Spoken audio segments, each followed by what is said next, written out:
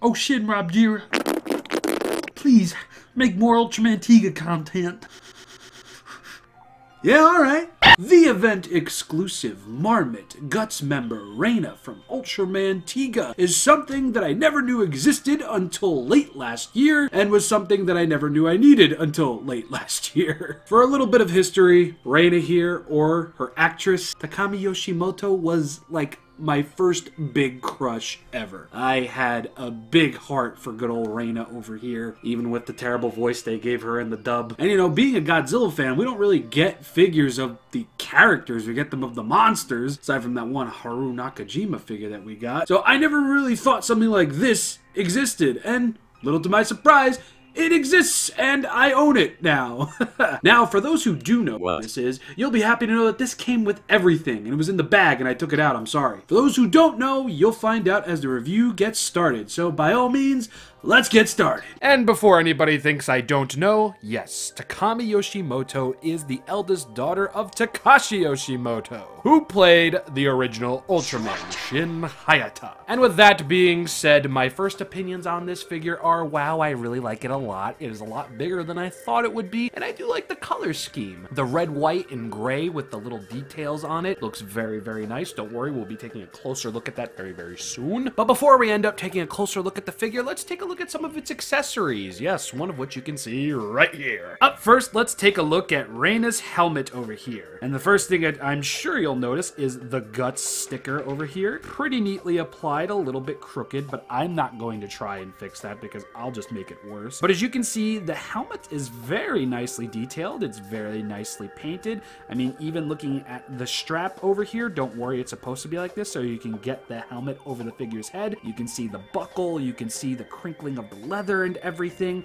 It's a very nicely detailed piece, it really is. And look at this clean paint job that's going on over here. Truly a work of Marmot's best, or Bullmark's best, or M1's best, or all of their bests. It all looks great on this thing, and it's a nice squishy material, so you can get this on rather easily. Don't want to squish it too much because I don't want this to fall off. So let's take a look at the other accessory. That being this little baby blue envelope. This thing actually comes with replacement stickers. The bigger one being meant for the helmet, and the smaller one being meant for Rena's chest, because she does have the little Guts signia on there. Now, something else came within this little baby blue envelope, but I have actually put it in a protective sleeve or two to protect it, even though it is essentially just an ID card, and that is Rena Yanase's ID card. Now, for this video, I will take it out of the top loader and its little protective sleeve that I have for it, and as you can see, it is of that strong plastic material, and taking a closer look at it, there's a bunch of stuff on here that I really don't know what it means. I imagine this is Rena's signature. We have a lovely picture of her on the front over here. This is of a raised material over here, as you can see, just like a normal ID card, and it's blank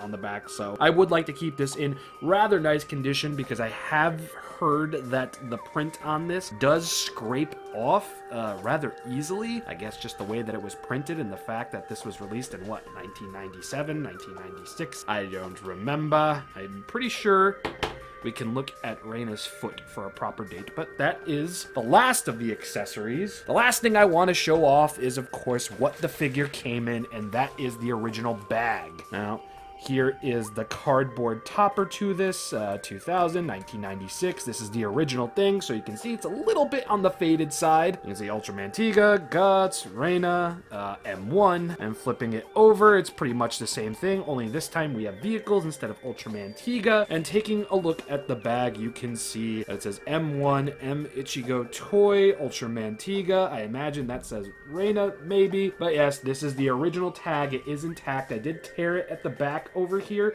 just to get the figure out because I wasn't going to leave this thing in the freaking box. Now, let's take a look at the figure. Now, this might not be a one-to-one recreation of Takami's face, but I'd say M1, Marmot, Bullmark, whoever, they did a pretty dang good job capturing the likeness. It features her signature short cut, a few randomly painted on strands of hair, eyebrows that appear just a little bit crooked, beautifully painted on eyes, lips, and teeth with a sculpted in nose and sculpted in ears as well. And as you can see, I'll give you another like little spin around for the hair. Hair, finely painted, finely detailed. Don't think it's bad or worse or anything different than you would get from a Marmot human figure, I guess. Now, while we're focused on the face over here, this is the only articulation that I'm going to be showing with this figure, which we'll get into a bit. But yes, you can go all the way around at the head on some Exorcist level stuff. Now, moving down a little bit, beautifully painted and detailed, I must say, this jacket looks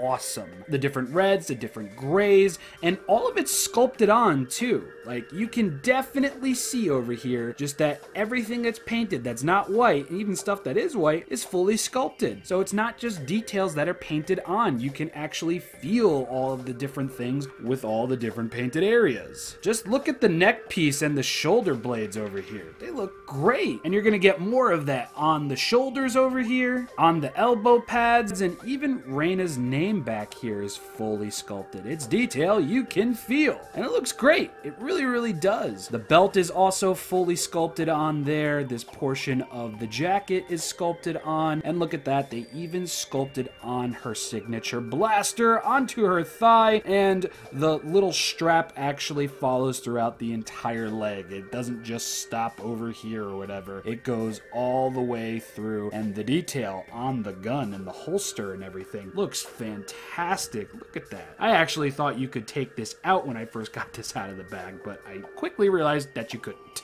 And since her hand has kind of been in the way, you can see that she has fingernails sculpted onto her fingers, and it is like this on both hands. Truly awesome stuff. Taking a look at the belt portion over here, you can see these little capsules over here that might be shells, not sure, but the detail on the belt buckle and everything around the waist area just looks fantastic. Like, even this part over here, like, it's not painted, but it's fully sculpted and it looks great. Yet again, fully sculpted, fully painted. It's detail you can feel, and you can even feel the wrinkling of the leather, which is what I'm sure these suits were made out of. Looking very nice. And on the front over here, you're going to get these crazy looking knee and shin pad designs on here. Yet again, fully sculpted onto the figure, beautifully painted, very accurately painted as well. And speaking of beautiful and accurate, even the shoes have freaking shoelaces with butterfly knots. Look at that. Okay, they're not butterfly knots, but they look like butterflies. I know butterfly knot is an entirely different thing, but all the details for the shoes are fully sculpted on there and look great. And look at that. Look at that. You even got detail around the sole of the shoe.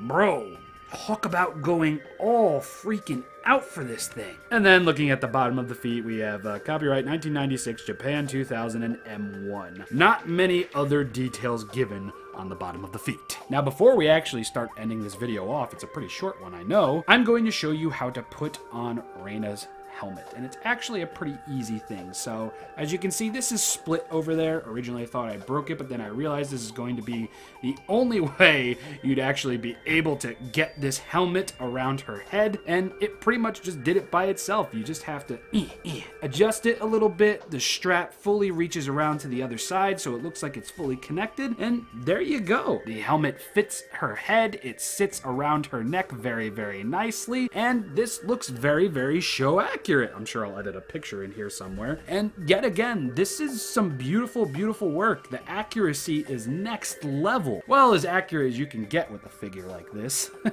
So it's thanks to my good friend Corey, thank you so much, my guy, that I even own this figure. I'm very happy that I own this figure. I'm very happy that it's going to be sitting nice and pretty in my Ultraman collection, my growing Ultraman collection. And I feel like it's a fun little conversational starter too. It's like, why is that chick with your Ultraman stuff? And then, you know, I give a brief little description. I'm sure people who I tell that this was like my first crush ever aren't going to be surprised. This is a very nice looking figure with a lot of really great sculpted in detail and some nice paint apps. I just hate that the paint kind of scuffed off when I was trying to articulate the dang thing. But even then, I wouldn't be articulating this thing anyway, aside from maybe the head, just because you can't really get Marmot figures into anything more than maybe a leaning forward or a leaning back pose. That's pretty much it. I think we can cut back to my face now. We can end this video off, and we can end off the Ultraman Tiga trilogy. Yeah, I love this thing.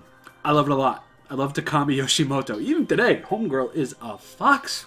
Bit of a strange way to end the Ultraman Tiga trilogy with something that's not exactly Ultraman, but I don't care. I originally had no idea when I was actually going to talk about this thing. With all the Ultraman Tiga stuff that I've gotten recently, I thought now's probably the best time. Don't worry though, everybody, we're going back to our regular schedule. Next week, it's actually going to be the stuff that I've intended to come out for quite some time now, since the beginning of January. So that is essentially that. I hope you all enjoyed the Ultraman Tiga trilogy. More Ultraman content will be on the way throughout the year, though. As of the recording of this, we just got the Shin Ultraman trailer on this day, January 28th, and oh god, it was fantastic. So awesome. Those figures are probably going to be revealed and up for pre-order soon. I don't know if the Funko GVK Pops came in, so this might be a week later, or it might be the original week that it was intended to come out. I'm not sure. Future Rob, did we get those GVK Pops? But anyway, I have been ShinRobjira. Patrons, thank you so much for being ShinRob patrons. Truly means the world to me. It's actually thanks to you guys that I was actually able to get this thing before somebody on Mandarake was able to get it before me. And believe me, I saw that happen twice and I wasn't going for a third time. If you'd be interested in becoming a ShinRobjira patron, you could do so in the description below. Follow that link. You can also follow a link to all my social media pages, including my merch page, Redbubble, all that other kind of stuff. I don't know what I'm doing right now. I'm talking with my hands, typical Italian thing, I guess. And yeah, that's it. Bye!